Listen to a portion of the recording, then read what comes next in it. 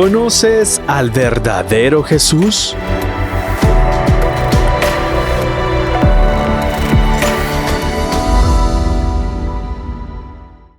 Hola queridos amigos, es un gusto estar nuevamente con ustedes. Nos sentimos muy honrados. Gracias por la oportunidad de estar ahí en su grupo pequeño o estar ahí en la oficina o en el ambiente familiar.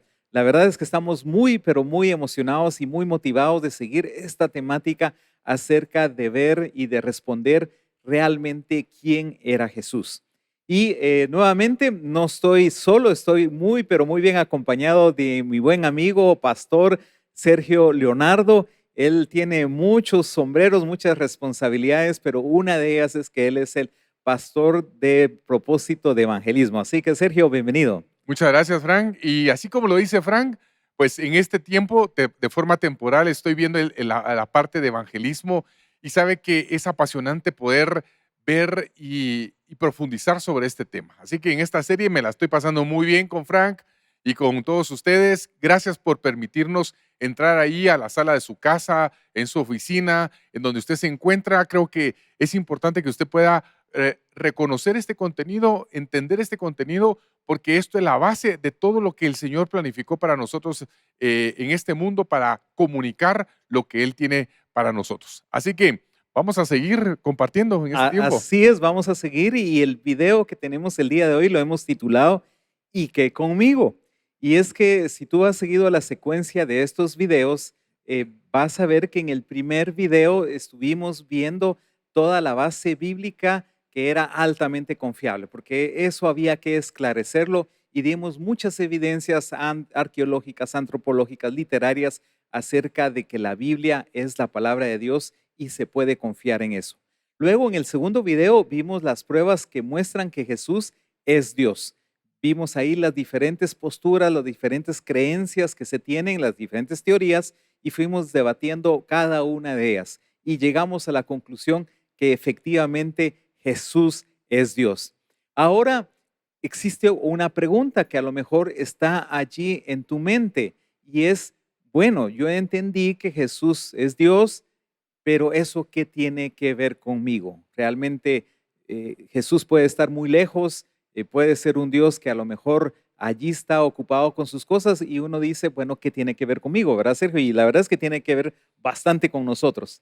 Sí, y de repente podemos ver a un Jesús o a un Dios que está solo como en la historia, ¿verdad, Frank? No sé si te parece que a veces yo antes miraba como Jesús es el que nace en Navidad y muere en Semana Santa.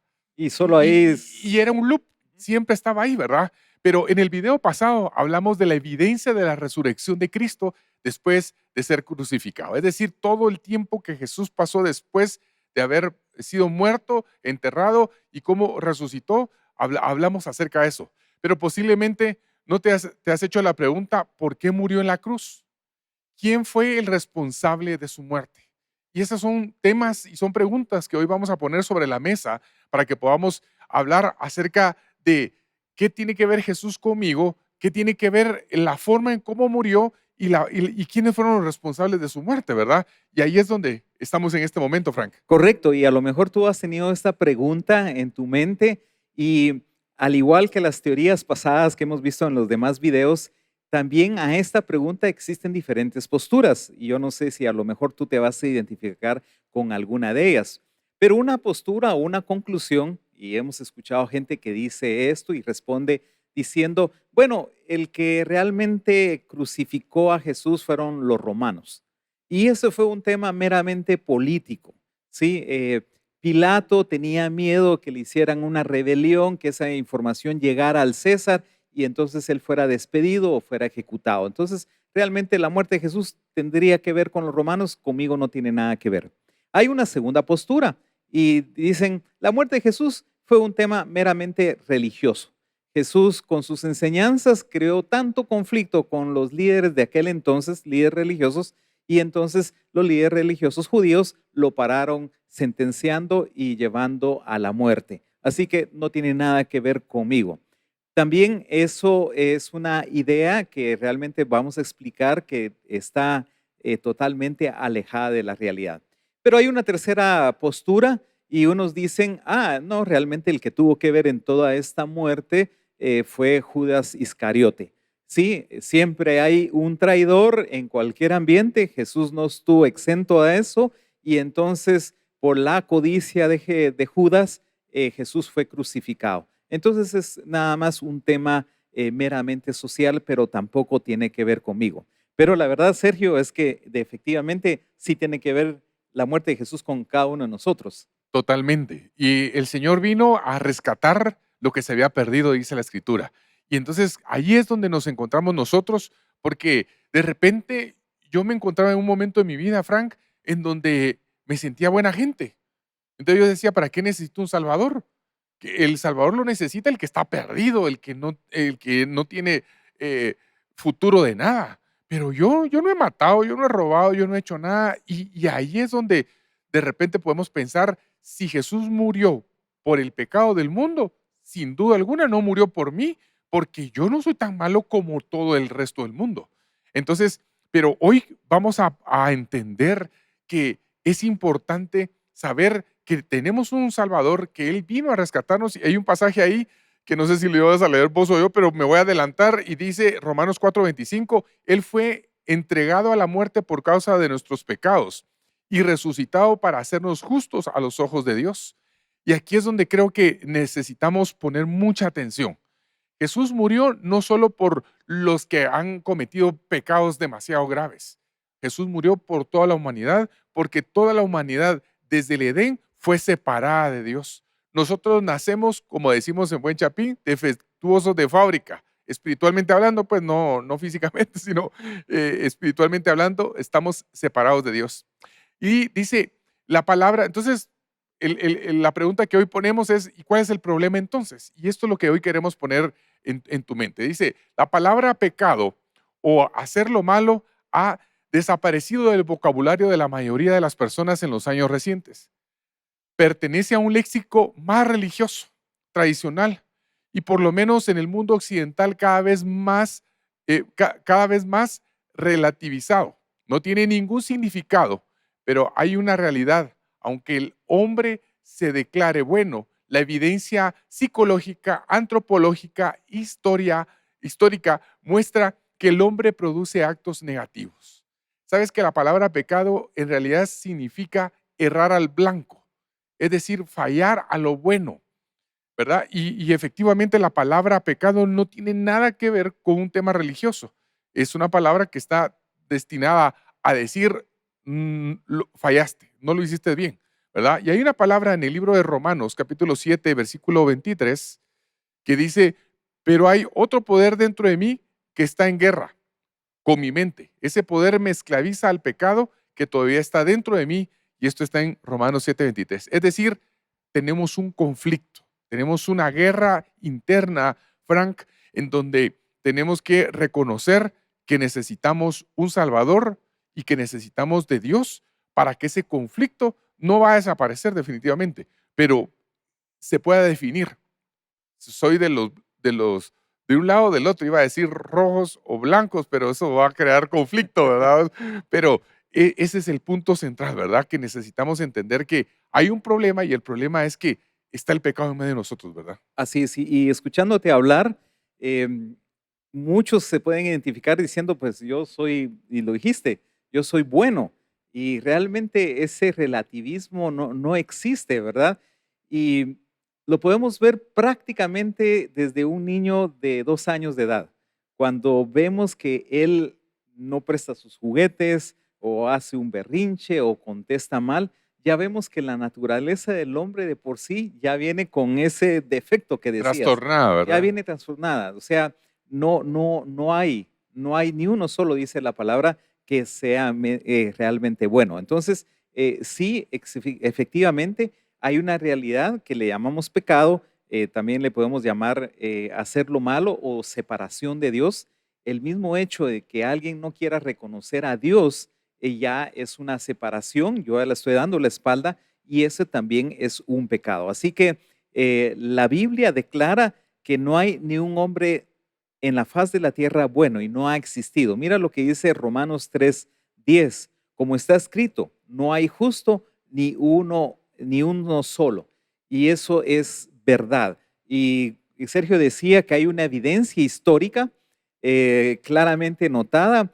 Vemos nosotros que si tú todavía crees que la humanidad es buena, simplemente remontémonos a la Primera Guerra Mundial, a la Segunda Guerra Mundial, y ahí se ve que realmente la naturaleza del hombre es pecaminosa. No, no hay ni uno que nos salvemos. Y es que somos una humanidad caída. Somos, lo decía de una forma coloquial, venimos defectuosos de fábrica, ¿verdad? Entonces, eso no nos permite que podamos cumplir con todo lo que Dios necesita para que estemos cerca de Él.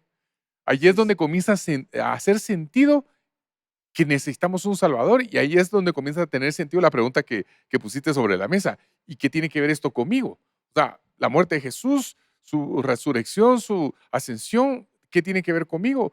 En realidad yo necesito a ese Salvador en mi vida, ¿verdad? Gálatas 5, 19 al 21.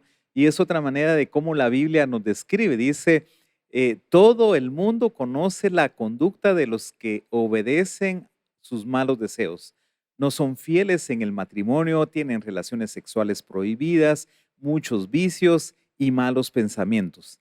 Adoran a dioses falsos, practican la brujería y odian a los demás. Se pelean unos con otros, son celosos y se enojan por todo. Son egoístas, discuten y causan divisiones. Son envidiosos, se emborrachan y en sus fiestas hacen locuras y muchas cosas malas.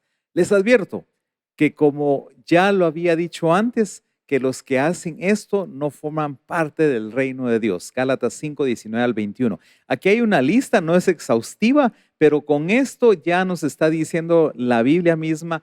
Miren, algún rasgo tenemos, y cuando leemos esto posiblemente nos identificamos con algo que hemos hecho en el pasado o recientemente, y eso es una muestra palpable de que realmente tenemos la condición de hacer lo malo. Claro que sí.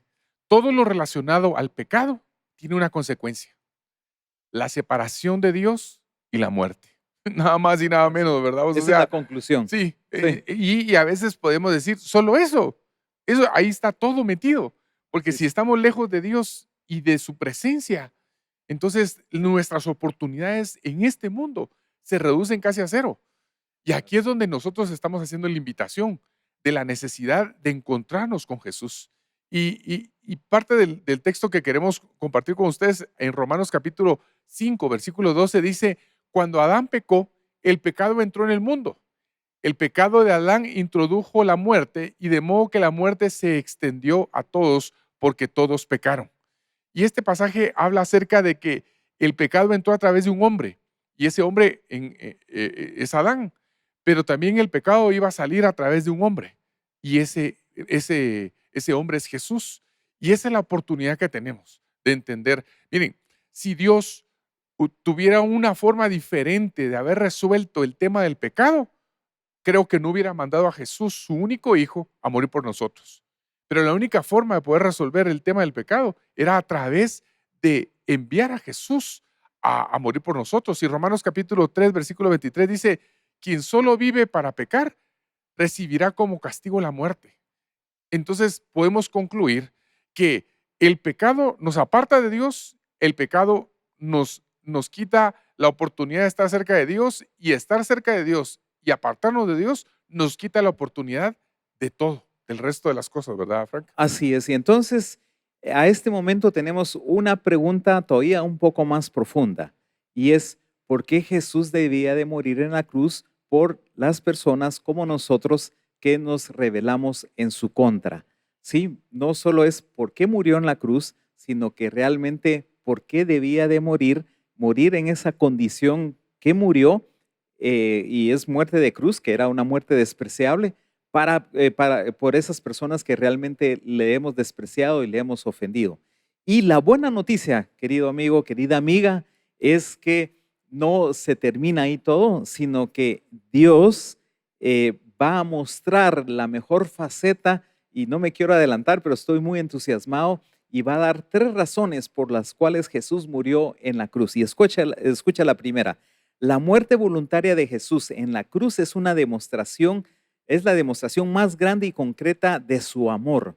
¿sí? La muerte voluntaria de Jesús, porque mira, no fueron los romanos, no fueron los judíos, no fue Judas, fue realmente en esa condición de ver a la humanidad en pecado y ver que no tenía solución y ver que, como decía Sergio y decía el texto bíblico, iba a ser muerte y separación eterna, entonces Dios en su amor decide encarnarse, ir a la cruz y tomar la posición que mi persona o la persona de Sergio debimos haber tenido, muerte de cruz. Y este es una de las primeras noticias que es una verdad que da mucha, mucha esperanza y nos debe de realmente mover a entender de que tenemos un Dios amoroso, un Dios que realmente se preocupa por nosotros, no nos dejó allí abandonados. Mira lo que dice primera de Juan 4:10. El verdadero amor no consiste en que nosotros hayamos amado a Dios, sino en que Él nos amó y envió a su Hijo para que nosotros fuéramos perdonados por medio de su sacrificio. Mira, el texto dice, no es que nosotros le hayamos amado primero, Él fue el que nos amó, Él tomó la iniciativa, Él nos buscó y Él dijo, la única manera realmente de solucionar esto de fondo es que yo tengo que tomar esa posición en la cruz por todas las personas que realmente me acepten. Y tengo otro versículo que a lo mejor tú lo has escuchado y si no es muy, pero muy contundente. Dice, por tanto amó Dios al mundo que dio a su Hijo unigénito para que todo el que Él crea no se pierda, sino que tenga vida eterna. Entonces, aquí vemos nosotros que Dios amó tanto al mundo y Sergio lo dijo, que mandó a su único hijo para morir en la cruz y todo aquel que en Él cree y cree en su sacrificio va a tener esa vida eterna, va a estar nuevamente conectado con Dios y vamos a poder caminar de aquí a la eternidad. Y qué emocionante, Frank, eso que estás comentando, porque ese pasaje Juan 3:16 definitivamente la base de la evangelización, ¿verdad? Dios envió a su Hijo a morir por nosotros. De tal manera amó Dios al mundo. Eso es en esencia, ¿verdad? Pero vamos a pasar al punto número 2. Dice, la muerte voluntaria de Jesús en la cruz me hace posible experimentar su gracia y perdón. Y dice el libro de Efesios capítulo 2, versículo del 4 al 5, dice, pero Dios, que es rico en misericordia, por su gran amor por nosotros, nos dio vida con Cristo, aun cuando estábamos muertos en pecados. Y aquí viene una parte que es muy especial y es un misterio. La verdad es que podemos pasar horas aquí hablando acerca de esto, pero es que Dios nos encuentra en un estado de muerte por el pecado. Y cuando estamos hablando de muerte por el pecado, muchas veces nosotros solo vinculamos esa idea con nuestro cuerpo, pero recuérdense que somos cuerpo, alma y espíritu. Y nuestro interior estaba muerto por el pecado y Él nos encuentra muertos en ese pecado y decide darnos vida juntamente con Él. Y eso es lo que está hablando el libro de Efesios. Y es bien contundente porque habla acerca de que nuestra condición original era muerte. Aunque estábamos vivos físicamente, nuestro interior estaba muerto. Y entonces Dios decide darnos vidas juntamente con Él. ¿Y quieres decir algo, Frank? No, No, no, no. sigue adelante. Ok.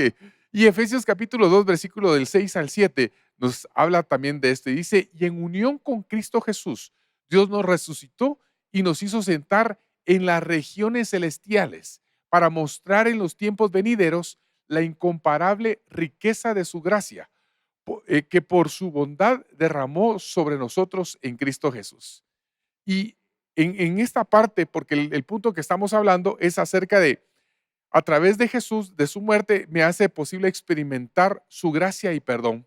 Y en este pasaje de Efesios capítulo 2, versículo 6, nos habla acerca de que Dios nos llamó a estar en las regiones celestes, en las alturas. Y por supuesto no es de forma física, es de forma espiritual y es de forma emocional incluso.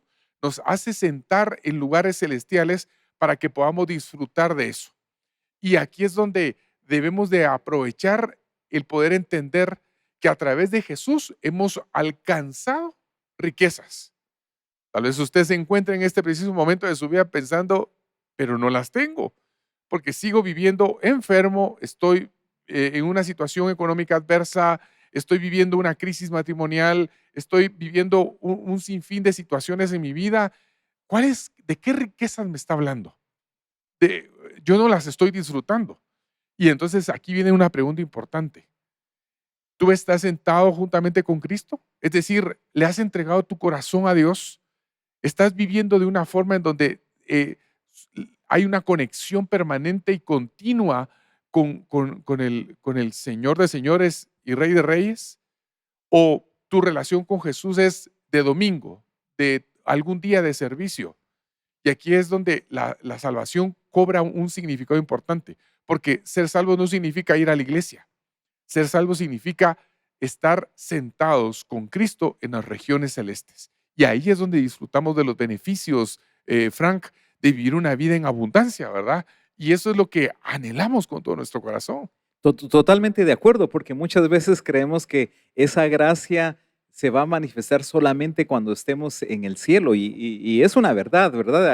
Hay vida eterna, pero esa gracia la comenzamos a experimentar en el momento que creemos en el sacrificio de Jesús en la cruz. Y muy bien lo dijiste, esa gracia la podemos experimentar a nivel físico, a nivel emocional. A lo mejor tú estás viviendo una crisis, una depresión, soledad, tantas manifestaciones y es básicamente porque todavía no has tenido acceso a la gracia de Dios. Así que la muerte de Jesús en la cruz obedece a varias razones. La primera que vimos es que demuestra su amor, está interesado en rescatarnos, Jesús está interesado en no dejarnos en esa condición, no solo de pecado, sino que de esa condición espiritual, emocional, de que no vemos una solución, no se mira una luz al final del túnel. Entonces, Dios está interesado y por amor toma la iniciativa. Pero en segundo lugar, vimos que Jesús, perdón, murió ahí en la cruz para que nosotros tuviéramos acceso a esa gracia divina, a ese perdón. Y hay un tercer elemento, una tercera razón, y es que la muerte voluntaria de Jesús en la cruz me equipa para recibir y producir buenas obras. Mira, me equipa a mí para recibir y producir buenas obras. Y Sergio ya lo mencionaba, comenzamos a recibir mucho de la misericordia, muchos de los beneficios al tener acceso a las esferas celestiales, pero también me equipa en ese momento para producir buenas obras. Porque a lo mejor tú estás allí batalleando y diciendo, bueno, es que no puedo ser bueno, siempre sale lo peor de mí, y cuando hablo, cuando digo, soy puro puercoespín, ¿verdad? Lleno de espinas, afecto a todo mundo, daño a todo mundo, y no produzco nada bueno. Y es que es difícil producir algo bueno si realmente en esencia somos malos, como lo vimos. Pero mira lo que dice Romanos 8:32. Dios no nos negó ni siquiera a su propio Hijo, sino que lo entregó por nosotros. Así también nos dará junto con Él todas las cosas. Y aquí es todas las cosas en la esfera espiritual, primero, emocional y física. Tenemos un Dios de amor que se preocupa con nosotros y comenzamos a tener esa relación de padre e hijo. Y eso nos pone en una condición que si tú no la has experimentado, espero que la comiences a evaluar, porque entonces comenzamos a tener una identidad totalmente diferente, una posición totalmente diferente ante Dios. Y Efesios 2:10 dice, porque somos hechura de Dios, creados en Cristo Jesús para buenas obras, las cuales Dios dispuso de antemano a fin de que las pongamos en práctica. Pero mira lo que dice el versículo, voy despacio en esta parte que quiero resaltar. Dice, creados en Cristo Jesús, es decir, a través de Cristo Jesús, entonces yo ya soy equipado para buenas obras. Y entonces yo comienzo a manifestar un amor que a lo mejor no tenía. A lo mejor yo comienzo a manifestar una paciencia que no la tenía, era realmente impaciente ante todo mundo, mi jefe, mi familia, mi esposa, mi esposo. Comienzo a experimentar una paz que yo no tenía porque ahora tengo la paz de Dios. Comienzo a experimentar una bondad porque ya tengo la bondad de Dios en mi vida. Y eso es a lo que se refiere los frutos que uno puede producir, esas buenas obras. Así que tenemos ahí tres beneficios, realmente son mucho más, pero lo hemos tratado de condensar para que tú veas lo que significó la muerte de Jesús en la cruz y que sí tiene que ver con nosotros. Tiene que ver con nosotros porque lo hizo por amor a mí, lo hizo para tener acceso a su gracia y a su perdón, y lo hizo para que yo entonces fuera como ese árbol que produce buenos frutos. Sí, tengo tantas cosas que quisiera decir, pero ahorita cabalmente que lo personalizas, Frank, y decís, esto tiene que ver conmigo, ¿verdad? Esto no, el sacrificio de Jesús en la cruz tiene que ver todo con nosotros. Es un tema personal, es un tema que Dios tomó de forma personal. Y creo que es importante recordarnos que nosotros hemos sido hechos a imagen y semejanza de Dios. Frank mencionaba en Efesios 2:10 que somos hechura de Dios, ¿verdad? Para mostrar buenas obras. Entonces, tenemos que entender de que nuestra configuración, nuestra esencia, es una esencia dada por Dios, y es por eso que Dios lo hace tan personal. Y su muerte tiene que ver con nosotros en todo sentido, porque eh, Él pensó desde el principio en nosotros, nos construyó, nos hizo de esa forma, y hoy Él quiere tenernos cerca de Él. Así que no podemos terminar esta sesión sin hacer un llamado a la acción, ¿verdad, Frank? Así Y es. entonces eh, queremos decirlo de esta forma. Jesús vino a la tierra a demostrar que era Dios con un solo propósito: por amor a la humanidad, buscar la reconciliación entre Dios y el hombre. Solo Él podía haberlo hecho de esta forma.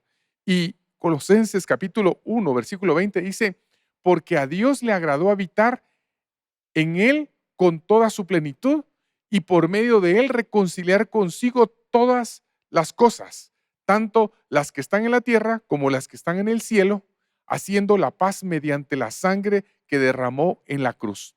Y mire, ponga mucha atención, porque la venida de Jesús no solo no solo reconcilió la relación que tenía el hombre con Dios, sino toda la creación, porque aquí habla acerca de cosas que están en la tierra y que están en el cielo.